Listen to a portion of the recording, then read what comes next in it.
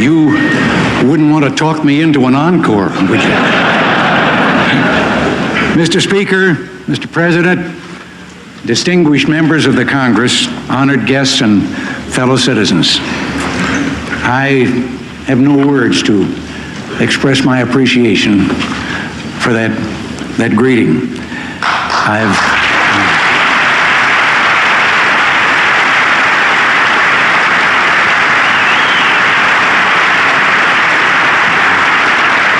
I have come to speak to you tonight about our economic recovery program and why I believe it's essential that the Congress approve this package, which I believe will lift the crushing burden of inflation off of our citizens and restore the vitality to our economy and our industrial machine. First, however, and due to events of the past few weeks, will you permit me to digress for a moment from the all-important subject of why we must bring government spending under control and reduce tax rates? I'd like to say a few words directly to all of you and to those who are watching and listening tonight, because this is the only way I know to express to all of you on behalf of Nancy and myself our appreciation for your messages, your flowers, and most of all, your prayers, not only for me, but for those others who fell beside me. The warmth of your words, the expression of friendship, and yes, love, meant more to us than you can ever know. You have given us a memory that we'll treasure forever. And you've provided an answer to those few voices that were raised saying that what happened was evidence that ours is a sick society. The society we heard from is made up of millions of compassionate Americans and their children from college age to kindergarten. As a matter of fact, as evidence of that, I have a letter with me. The letter came from Peter Sweeney. He's in the second grade in the Riverside School in Rockville Center. And he said, "I hope you get well quick, or you might have to make a speech in your pajamas."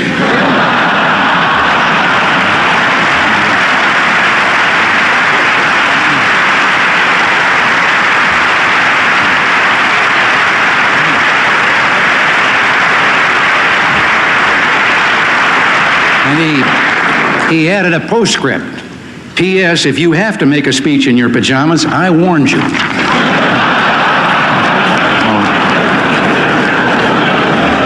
Well, sick societies don't produce men like the two who recently returned from outer space. Sick societies don't produce young men like Secret Service agent Tim McCarthy, who placed his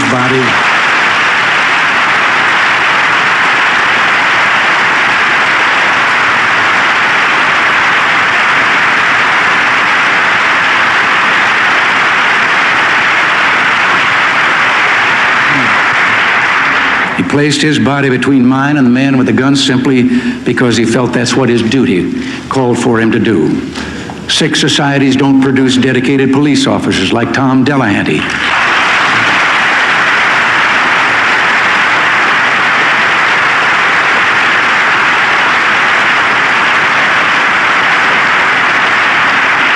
Or able and devoted public servants like Jim Brady.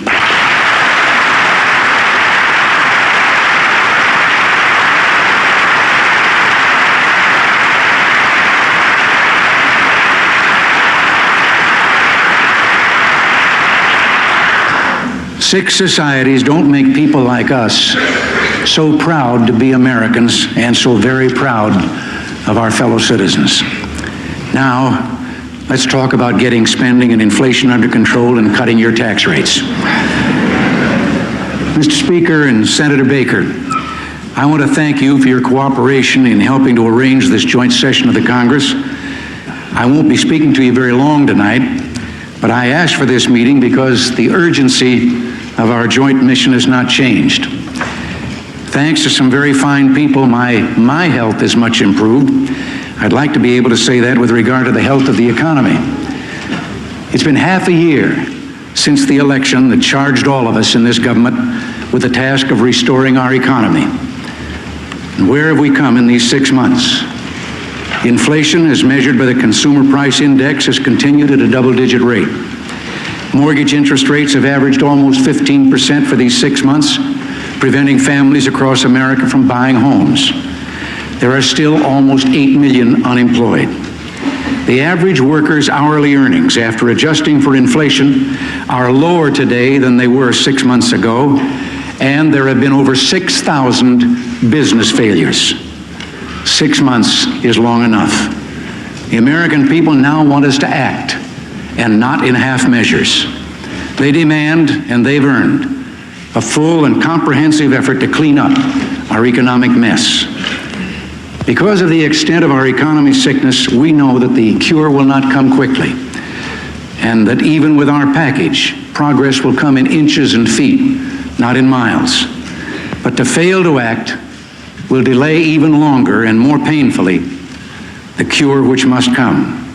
And that cure begins with the federal budget. And the budgetary actions taken by the Congress over the next few days will determine how we respond to the message of last November 4th.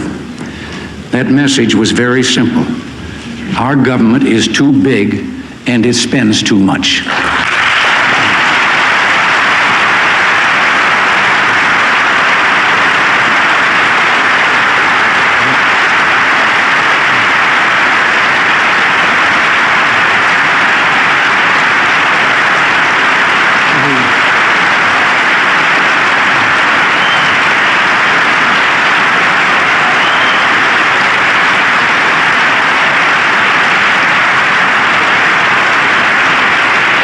For the last few months, you and I have enjoyed a relationship based on extraordinary cooperation.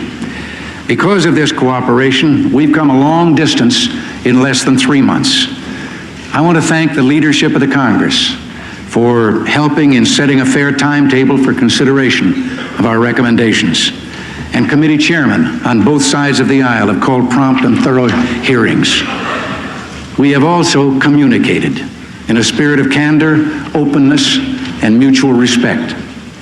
Tonight, as our decision day nears, and as the House of Representatives weighs its alternatives, I wish to address you in that same spirit. The Senate Budget Committee, under the leadership of Pete Domenici, has just today voted out a budget resolution supported by Democrats and Republicans alike that is in all major respects consistent with the program that we have proposed.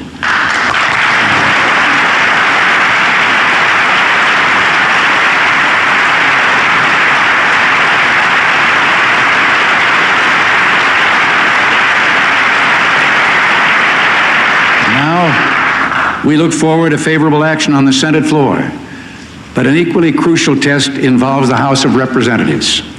The House will soon be choosing between two different versions or measures to deal with the economy. One is the measure offered by the House Budget Committee. The other is a bipartisan measure, a substitute introduced by Congressman Phil Gramm of Texas and Del Latta of Ohio. On behalf of the administration, let me say that we embrace and fully support that bipartisan substitute.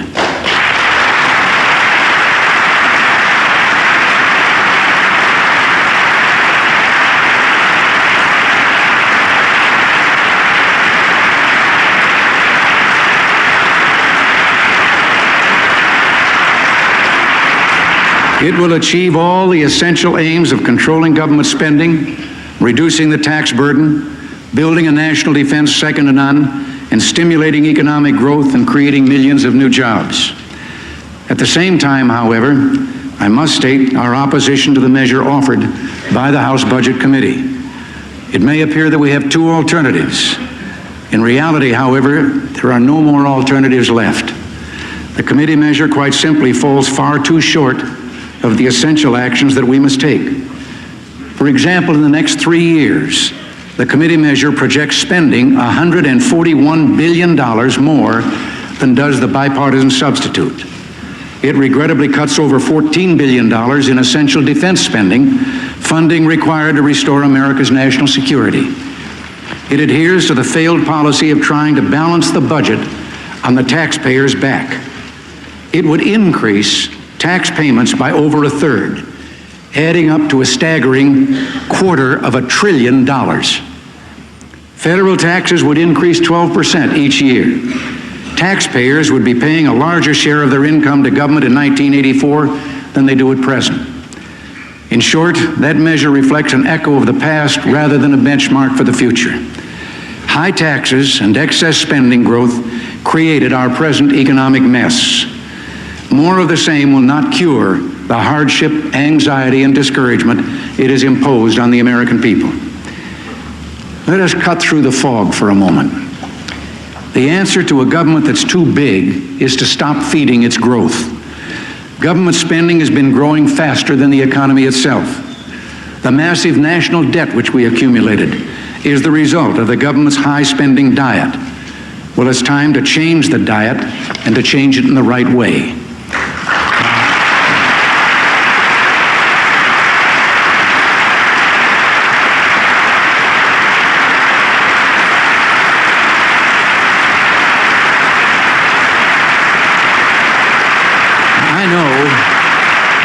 I know the tax portion of our package is of concern to some of you, but let me make a few points that I feel have been overlooked. First of all, it should be looked at as an integral part of the entire package, not something separate and apart from the budget reductions, the regulatory relief, and the monetary restraints. Probably the most common misconception is that we're proposing to reduce government revenues to less than what the government has been receiving. This is not true. Actually, the discussion has to do with how much of a tax increase should be imposed on the taxpayer in 1982. Now, I know that over the recess in some informal polling, some of your constituents have been asked which they'd rather have, a balanced budget or a tax cut. And with the common sense that characterizes the people of this country, the answer, of course, has been a balanced budget. But may I suggest, with no inference that there was wrong intent on the part of those who asked the question was inappropriate to the situation. Our choice is not between a balanced budget and a tax cut. Properly asked, the question is, do you want a great big raise in your taxes this coming year, or at the worst, a very little increase with the prospect of tax reduction and a balanced budget down the road a ways? With the common sense that the people have already shown, I'm sure we all know what the answer to that question would be. A gigantic tax increase has been built into the system. We propose nothing more than a reduction of that increase. The people have a right to know that even with our plan, they will be paying more in taxes, but not as much more as they will without it.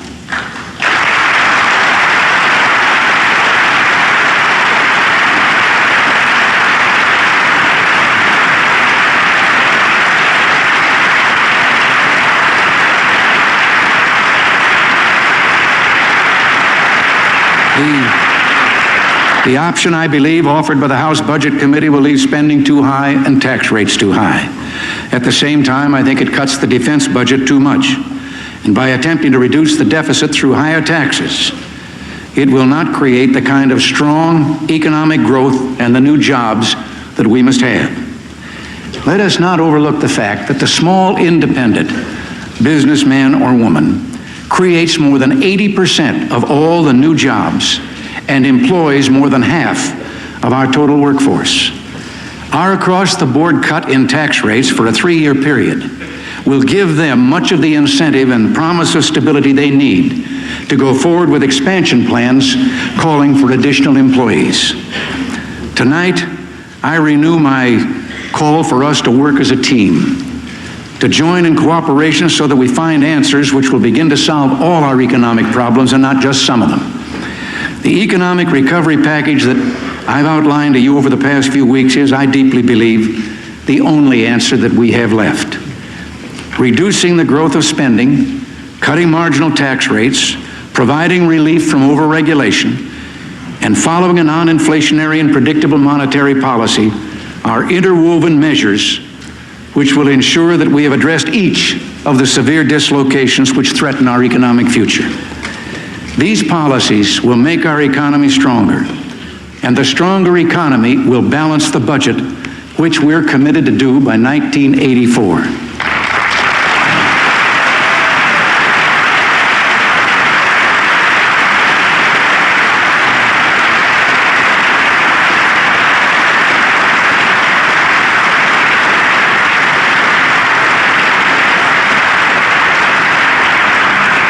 When I took the oath of office, I pledged loyalty to only one special interest group: we the people. Those people, neighbors and friends, shopkeepers and laborers, farmers and craftsmen, do not have infinite patience. As a matter of fact, some 80 years ago, Teddy Roosevelt wrote these instructive words in his first message to the Congress: "The American people are slow to wrath, but when their wrath is once kindled, it burns like a consuming flame." Well, perhaps that kind of wrath will be deserved if our answer to these serious problems is to repeat the mistakes of the past. The old and comfortable way is to shave a little here and add a little there. Well, that's not acceptable anymore. I think this great and historic Congress knows that way is no longer acceptable.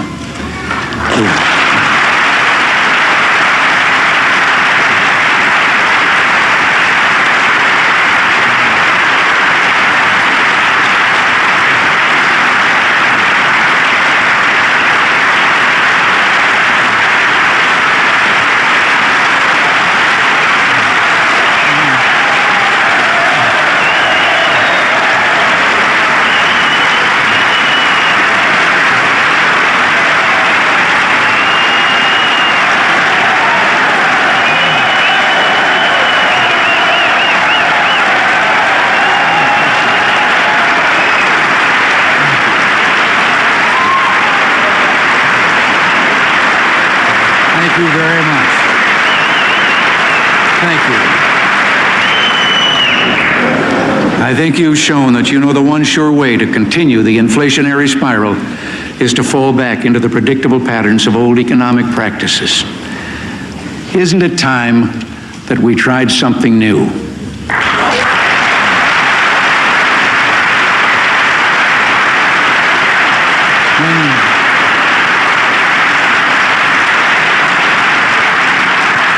When you allowed me to speak to you here in these chambers a little earlier, I told you that I wanted this program for economic recovery to be ours, yours and mine. I think the bipartisan substitute bill has achieved that purpose. It moves us toward economic vitality. Just 2 weeks ago, you and I joined millions of our fellow Americans in marveling at the magic historical moment that John Young and Bob Crippen created in their space shuttle Columbia. The last manned effort was almost 6 years ago, and I remembered on this more recent day over the years how we'd all come to expect technological precision of our men and machines. And each amazing achievement became commonplace until the next new challenge was raised. With the space shuttle, we tested our ingenuity once again, moving beyond the accomplishments of the past into the promise and uncertainty of the future.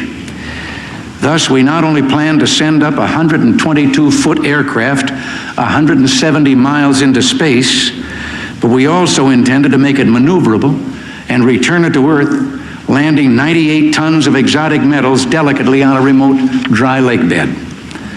The space shuttle did more than prove our technological abilities.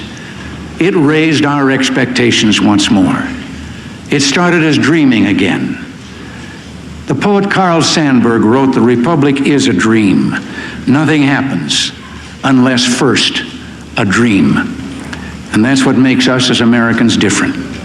We've always reached for a new spirit and aimed at a higher goal. We've been courageous and determined, unafraid and bold. Who among us wants to be first to say we no longer have those qualities? That we must limp along, doing the same things that have brought us our present misery. I believe that the people you and I represent are ready to chart a new course. They look to us to meet the great challenge, to reach beyond the commonplace and not fall short for lack of creativity or courage. Someone you know has said that he who would have nothing to do with thorns must never attempt to gather flowers. But we have much greatness before us. We can restore our economic strength and build opportunities like none we've ever had before.